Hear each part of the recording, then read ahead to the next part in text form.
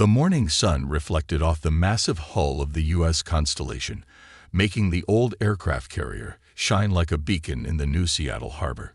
Thomas Reed stood at his usual spot on the deck, his weathered hands resting on the rails as he watched the first visitors of the day approach the gangway. At 78, he had spent more years as the ship's curator than he had spent alive during its active service. Another beautiful day at the office, he muttered to himself, smiling as he heard the excited chatter of schoolchildren floating up from below.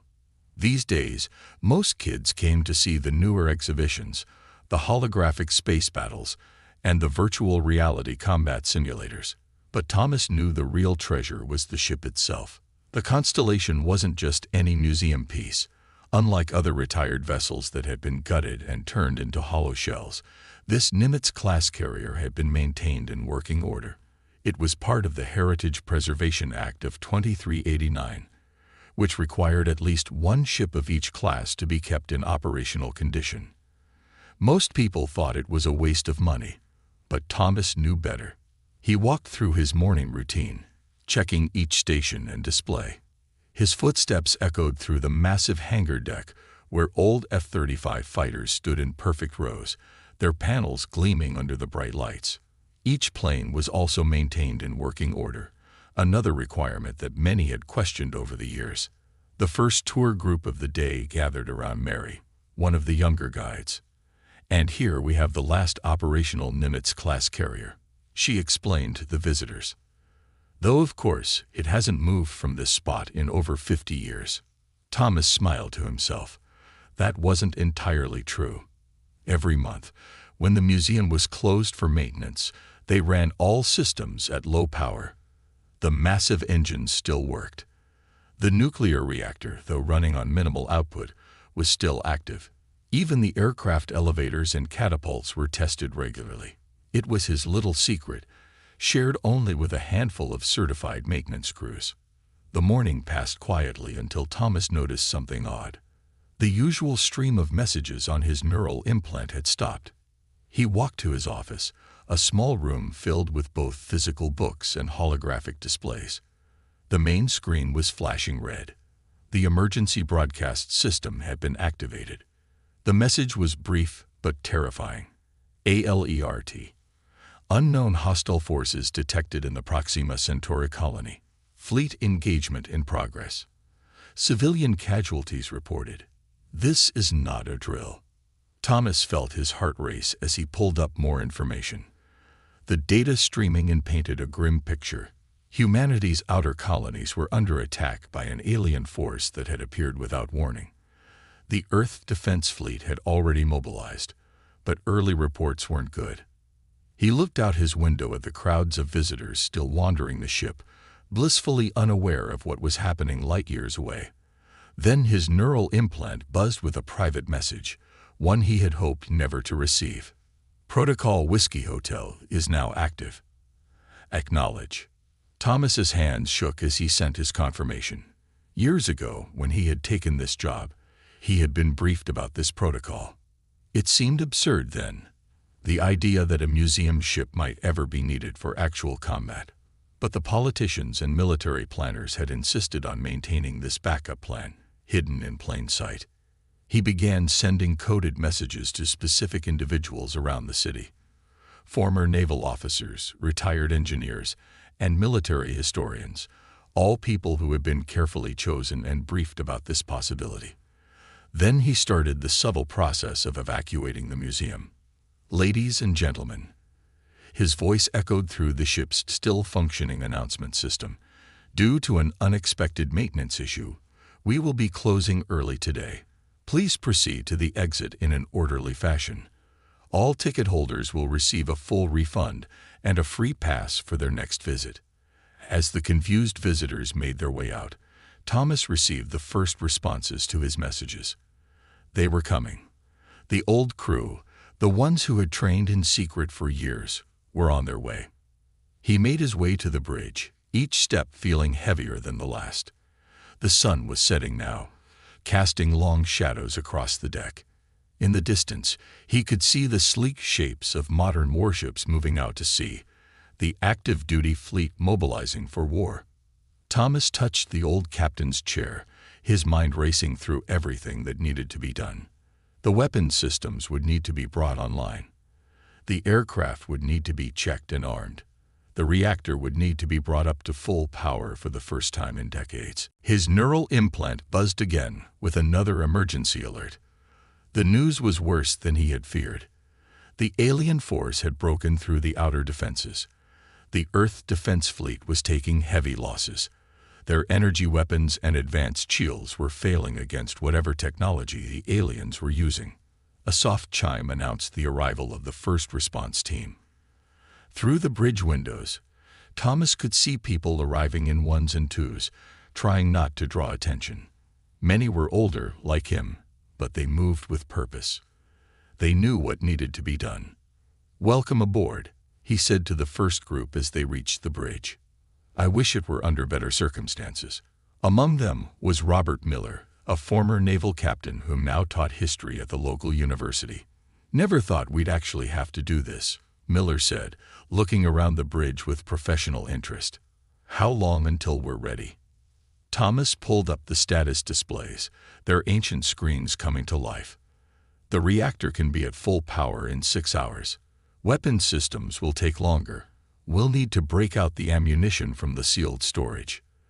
The real challenge will be the aircraft. We have 12 F-35s in operational condition, but they'll need to be armed and checked thoroughly." The others were already moving to their stations, muscle memory taking over despite the years away. They had trained for this, even if they had never truly believed it would happen.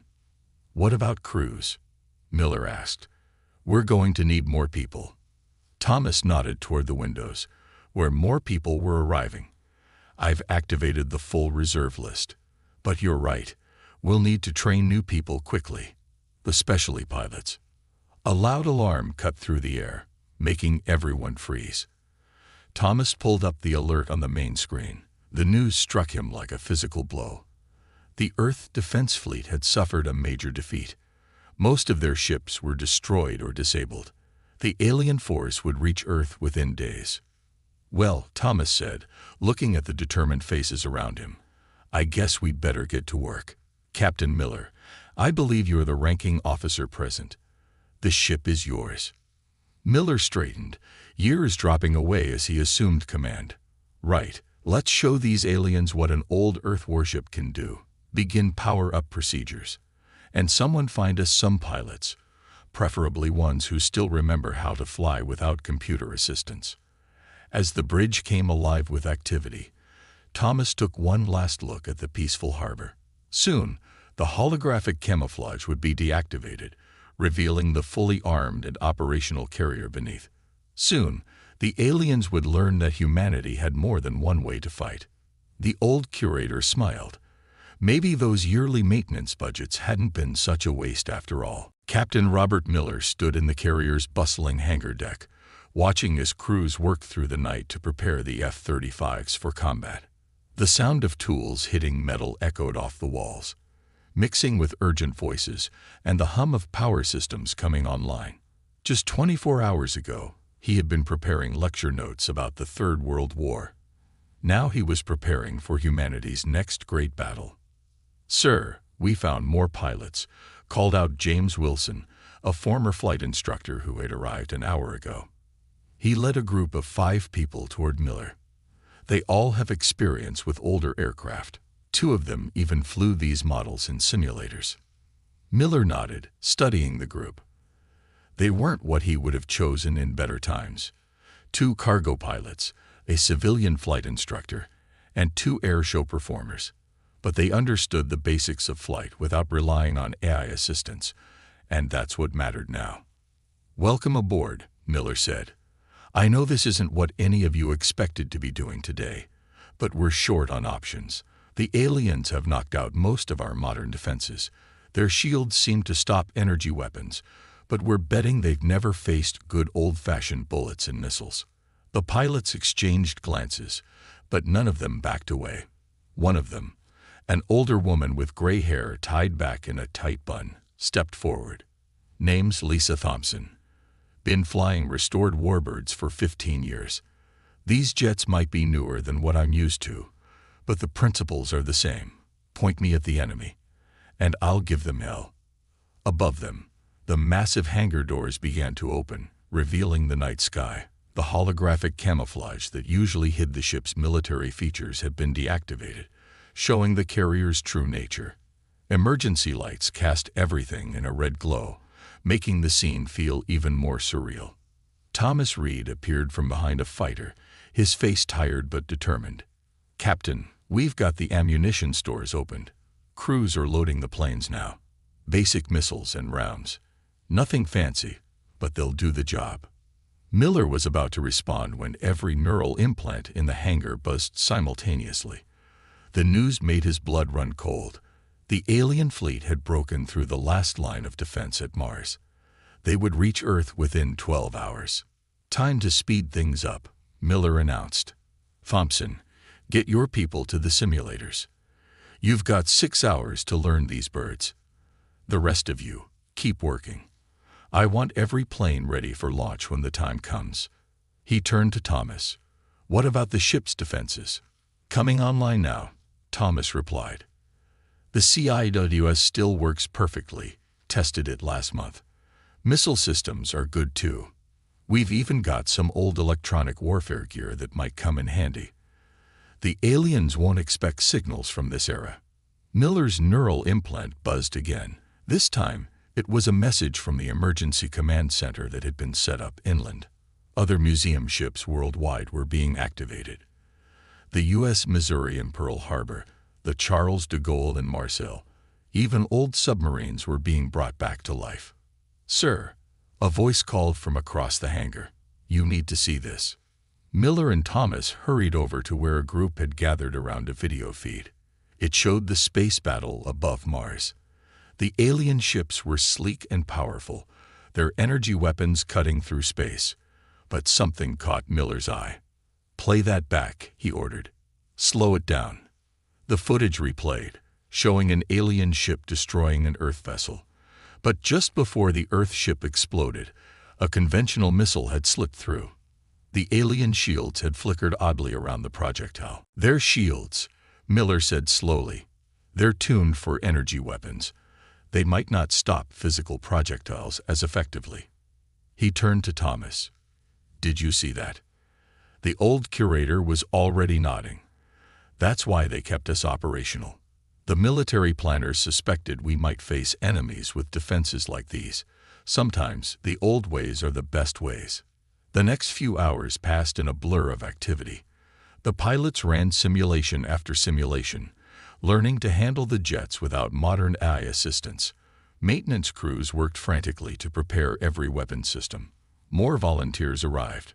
Former military, museum staff, even civilians with useful skills. Miller walked the ship with Thomas, checking each station. The massive carrier was coming alive around them. The nuclear reactor was now at full power, steam building in the catapults. Radar systems from 3 different eras were online, giving them a mix of capabilities that might confuse alien sensors. "Look at this," Thomas said, leading Miller to a storage room. Inside were crates of old radio equipment. No quantum communication, no FTL signals, just basic radio waves. "Bet the aliens won't be monitoring these frequencies." Miller smiled for the first time in hours. "Bring it all online. We'll coordinate with the other museum ships. They won't expect a bunch of antiques to have any fight left in them." They reached the bridge just as dawn was breaking. The view outside was terrifying. Bright flashes lit up the sky as the alien fleet engaged Earth's remaining defenses. Modern warships were falling quickly, their advanced weapons useless against the enemy's shields. "Captain," called out the radar operator, "multiple bogies entering atmosphere. They're heading for major cities." Miller took a deep breath and sat in the captain's chair. "Start launch preparations. Get those fighters ready. And someone wake up the gun crews. Let's see if these aliens can handle a taste of 20th century firepower." Thomas watched as the bridge crew worked with growing confidence. The old ship's systems might have been outdated, but they were robust and reliable. No complex AI to hack, no quantum fields to disrupt, just solid engineering and human skill. "Sir," called out the communication officer, "we're picking up signals from other museum ships. They're all reporting ready. The Missouri is already engaging alien craft in Hawaii." "Good," Miller said. "Tell all hands to prepare for combat. We're about to remind everyone why they kept these old ships around." He looked at Thomas. "Thank you for keeping her ready all these years." Thomas nodded, his eyes bright. "Just doing my job, Captain. Though I never thought we'd actually need her like this." The first alien ship appeared on their radar, heading straight for New Seattle. It was time. Miller pressed the ship-wide communication button, his voice echoing through every compartment of the massive carrier. "All hands, this is the captain speaking. In a few minutes, we're going to show these aliens something they've never seen before. How Earth fought wars before we had fancy energy weapons and quantum shields. Every system on this ship was built to be tough, reliable, and deadly. The aliens think they've won because they beat our modern fleet. They don't know about us yet. Let's introduce ourselves." He nodded to the flight control officer. "Launch the first wave. Let's make history proud." The deck of the U.S. Constellation shook as the first F-35 thundered down the catapult. Lisa Thompson's fighter shot forward, climbing rapidly into the dawn sky. 3 more jets followed quickly behind her, their engines roaring in a way that hadn't been heard over New Seattle for decades. Thomas Reed watched from the bridge, his heart pounding as the old carrier launched its first combat mission in over 50 years. Behind him, Captain Miller was coordinating with the other museum ships through the ancient radio systems. "Missouri reports success in Hawaii," the radio operator called out. "Their old shells went right through the alien shields. They've already taken down 2 enemy ships." Miller nodded, but his attention was on the radar screen. A large alien vessel was descending through the clouds, heading straight for the city. Its sleek shape reminded him of a massive manta ray, glowing with strange energies. "All fighters, this is Constellation." Miller spoke into the radio. "Enemy vessel at 12 o'clock high. Remember your training. No fancy moves. Basic attack patterns, just like in the simulations." Lisa's voice crackled back over the radio. "Roger that, Constellation. Forming up now. These aliens are in for a surprise." The alien ship suddenly stopped, hovering over the water. It seemed to notice the carrier for the first time, probably confused by the primitive vessel that dared to challenge it. Energy began building along its hull, preparing to fire. "Now," Miller ordered. The F-35s struck from 4 different directions. Their missiles, designed long before energy shields existed, slammed into the alien vessel. The enemy's shields flickered wildly, trying to adapt to the unfamiliar weapons. More missiles followed, and then the fighters swept in with their guns. "Direct hits," Lisa shouted over the radio. "Their shields can't handle kinetic weapons." The alien ship turned, trying to target the fast-moving fighters. Its energy weapons lit up the sky, but the F-35 pilots used the low clouds for cover, attacking and disappearing like wasps harassing a larger animal. Thomas gripped the bridge railing as the alien vessel turned toward the Constellation. "Here they come," he muttered. "All hands brace for combat," Miller announced. "Gun crews, stand by." The alien ship fired, sending a beam of intense energy toward the carrier. But Thomas had been preparing for this moment for years. Hidden panels along the ship's hull slid open, revealing rows of old but well-maintained close-in weapon systems. "CIWS engaging," the weapons officer reported. The automated guns roared to life, filling the air with thousands of rounds per minute. The simple tungsten bullets did what modern energy weapons couldn't. They penetrated the alien shields and tore into the ship's hull. The enemy vessel shuddered, its attack beam going wide. More F-35s launched from the carrier's deck, joining the battle. The alien ship tried to retreat higher into the atmosphere, but its hull was already heavily damaged. "They're running," someone shouted. Not so fast, Miller said quietly. Fire main missiles. The carrier's vertical launch systems, hidden under what appeared to be museum displays, opened up. Dozens of missiles streaked toward the alien vessel. Its shields, already weakened by the CIWS fire, couldn't stop the barrage. The ship exploded in a spectacular flash, raining debris into the bay. But there was no time to celebrate. The radar operator's voice was tense. Multiple contacts incoming. At least 5 more alien ships. Miller turned to Thomas. Time to show them everything this old girl can do. Sound general quarters. The carrier's ancient battle alarm echoed across the water. More fighters launched while the gun crews reloaded. The radio crackled with reports from other museum ships joining the fight. The U.S. Missouri was advancing across the Pacific. The Charles de Gaulle was engaging enemies over Europe. Even old submarines were making their presence known, their conventional torpedoes proving just as effective as the guns and missiles. Thomas made his way below decks, checking on critical systems. The crew, a mix of veterans and hastily trained volunteers, worked with growing confidence. They had seen that the aliens could be hurt, could be beaten. He reached the main ammunition storage just as the ship shook from a direct hit. The lights flickered, then stabilized. Damage report. He called out. Hull plating holding, came the response. These old ships were built tough, sir. They didn't rely on shields back then. Another hit rocked the carrier, stronger this time. Thomas stumbled against a wall, then heard something that made his blood run cold. The sound of the reactor warning alarms. He ran to engineering, finding controlled chaos. The reactor crews were working frantically to prevent a meltdown. A direct hit had damaged some of the cooling systems. We need to shut it down, one engineer shouted. No, Thomas said firmly. We can reroute through the backup systems. I've maintained them all these years for exactly this reason.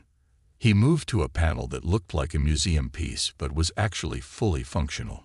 His fingers flew over the controls, activating backup circuits that hadn't been used in decades. The reactor warnings slowly faded. Above them, the battle continued to rage. The F-35s had learned to work together, using their old weapons in ways the aliens never expected. Lissa led her squadron in attack after attack, their very primitiveness becoming an advantage. Their sensors can't lock onto us properly, she reported. They're too used to modern stealth systems. These old jets must look like ghosts to them. Miller coordinated the defense from the bridge, using the simple radio networks to link with other museum ships. The aliens' advanced communication jamming had no effect on these ancient frequencies. More enemy ships appeared, but now they approached more cautiously.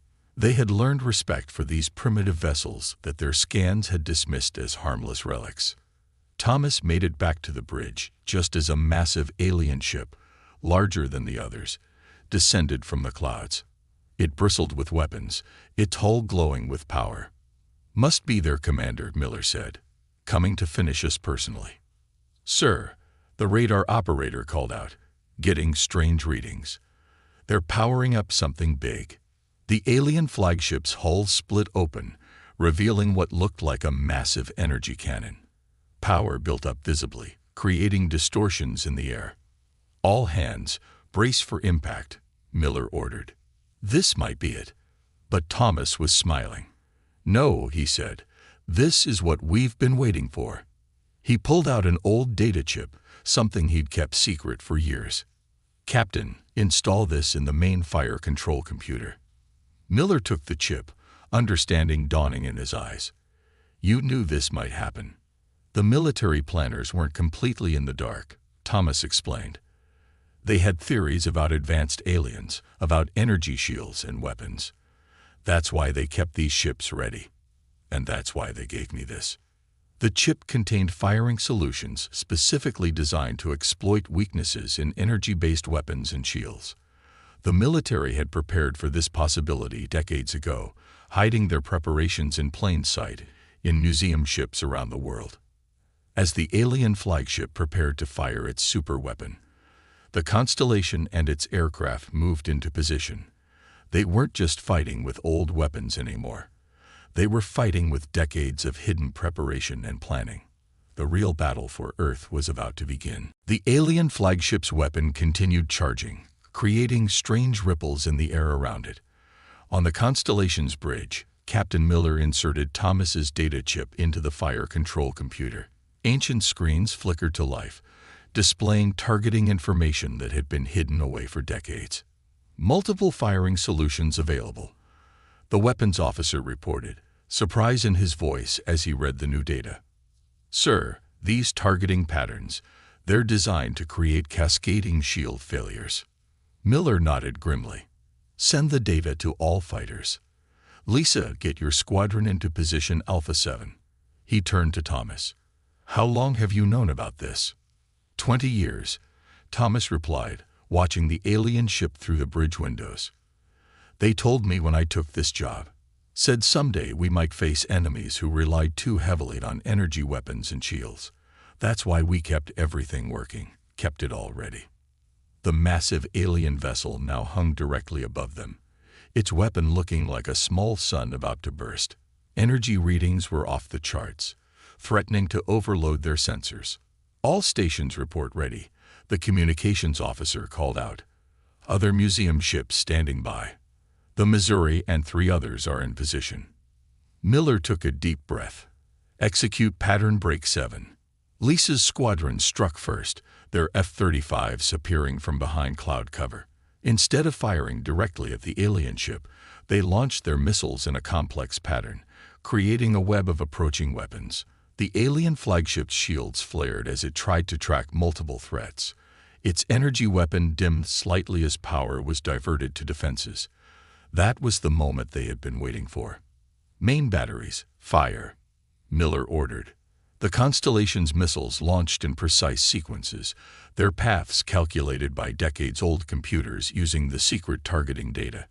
They weren't just attacking the alien ship, they were attacking its shield generation points in a specific order. Missouri reports ready, the radio operator called out. Tell them to fire on my mark, Miller said, watching the alien ship closely. The massive vessel's shields were flickering wildly now, trying to adapt to the unfamiliar attack pattern. Now, from miles away, the U.S. Missouri's main guns fired. The heavy shells, guided by the same targeting data, struck the alien ship's weakened shields at precisely calculated points. More museum ships opened fire, each shot perfectly timed. The alien flagship's shields collapsed section by section, unable to handle the carefully orchestrated assault. Its energy weapon powered down as the ship diverted all power to trying to restore its defenses. All fighters, commence attack run, Miller ordered. Hit them with everything we've got. Lisa led her squadron through the gaps in the alien defenses. Their guns and missiles struck vital points on the massive ship's hull, causing explosions and venting atmosphere into space. But the alien vessel wasn't finished. It launched its own fighters, sleek, dart-like craft that moved with incredible speed. The battle dissolved into a chaotic dogfight above the city. Enemy fighters approaching, bearing 270, the radar operator warned. CIWS engaging, the weapons officer responded. The carrier's automatic guns filled the sky with streams of bullets, creating a barrier of steel that the alien fighters couldn't penetrate without being shredded. Lisa's voice crackled over the radio. These alien pilots don't know how to dogfight. They rely too much on their technology. When that fails, they don't know what to do. She proved her point by leading an alien fighter into a classic rolling scissors maneuver, something that hadn't been used in actual combat for decades. The alien pilot, unable to depend on its advanced targeting systems, couldn't match the basic flying skill. Lisa's guns tore the enemy fighter apart. Thomas worked his way through the carrier, checking on damage and helping where he could. The old ship had taken hits, but her thick armor and redundant systems were holding. He reached the engine room just as another blast rocked the ship. Port engine is struggling, the chief engineer reported. These hits are adding up. Thomas moved to the control panel. Switch to backup cooling system 3. It'll buy us more time. He had insisted on maintaining all the backup systems, even when others said it was a waste of resources. Now that dedication was paying off. Above them, the battle reached its peak. The alien flagship, its shields finally failing completely, tried to retreat higher into the atmosphere. But the museum ships had it surrounded, their old weapons proving devastatingly effective against its exposed hull. Enemy vessel powering up its main drive, the sensor operator reported. They're trying to escape. Not today, Miller said firmly. All ships, concentrate fire on their engine section. Lisa, take your squadron in close. Target their power distribution nodes. The F-35s dove through the chaos of battle, missiles streaking toward precise points on the alien ship's hull. The flagship's massive engines stuttered and died, leaving it hanging helplessly in the sky. That was when they all heard it, a transmission cutting through all frequencies. The alien ship was broadcasting in Earth languages. The transmission crackled. We yield. Your primitive weapons, we cannot defend. How is this possible? Miller smiled grimly. Sometimes the old ways are the best ways. Prepare to be boarded. The alien flagship's surrender triggered a chain reaction. Other alien vessels, seeing their most powerful ship defeated by what they had dismissed as museum pieces, began retreating from Earth's atmosphere. Thomas made his way back to the bridge as cleanup operations began. The carrier's deck was already being cleared to receive the alien prisoners. He found Miller studying damage reports. The old girl held together, Miller said, looking up. Though we'll need some serious repair work. Thomas nodded, running his hand along a nearby console. She did her job. They all did. Every museum ship that fought today proved why we kept them ready all these years. Reports were coming in from around the world. The Missouri had sunk 3 alien ships. The Charles de Gaulle's fighters had protected all of southern Europe. Even old submarines had claimed victories, their conventional torpedoes proving just as effective as the guns and missiles. Sir, the communications officer called out, we're getting messages from the retreat alien ships. They're requesting permission to recover their damaged vessels, and they want to open diplomatic channels. Miller raised an eyebrow. Seems they've learned some respect for Earth's primitive technology. Thomas watched as Lisa's squadron made their final landing, the F-35s touching down one by one on the carrier's deck. The old planes had proven themselves in combat once again, their simple reliability winning out over advanced alien technology. But he knew this wasn't over. The alien fleet might have retreated, but they would be back. They would adapt, try to find ways to counter Earth's old weapons. The next battle would be even harder. That was fine. Earth would be ready. The museum ships had reminded everyone that sometimes the best defense wasn't the newest technology, but the tried and true methods that had stood the test of time. And there were more museums, more old ships and weapons, ready to be awakened if needed. The sun was setting now, casting long shadows across the carrier's battle-scarred deck. Tomorrow they would begin repairs, start training more crews, and prepare for whatever came next. But for now, they had won. The museum ship had become a warrior once again, proving that some things never truly retire.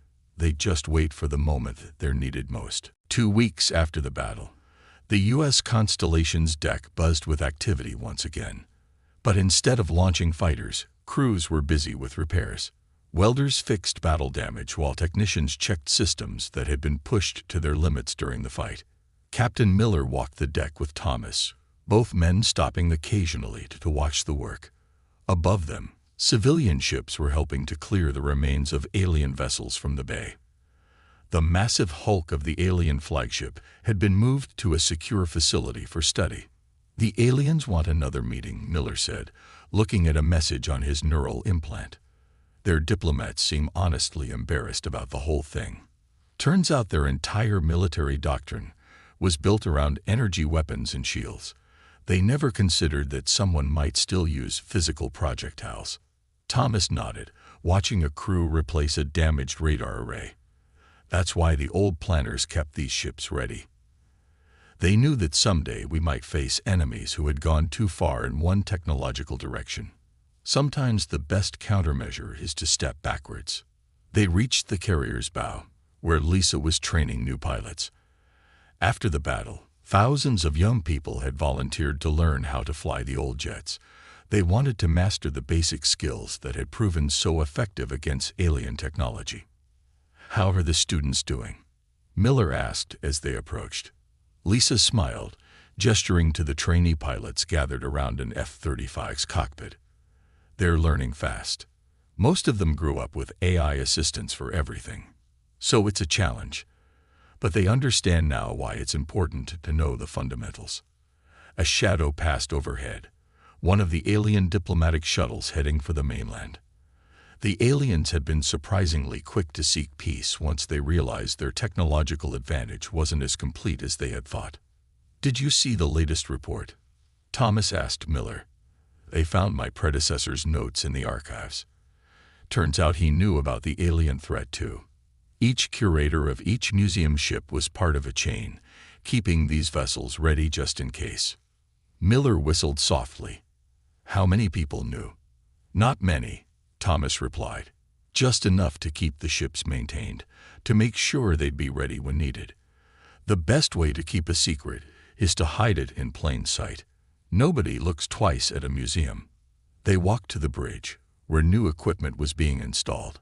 The carrier would keep its old systems, but they were adding modern technology too, creating a hybrid that combined the best of both worlds. "Message from the Missouri," the communications officer called out. "They're starting their patrol of the Pacific tomorrow. The Charles de Gaulle is already watching the European coast. The museum ships have been officially reactivated, forming a new line of defense for Earth.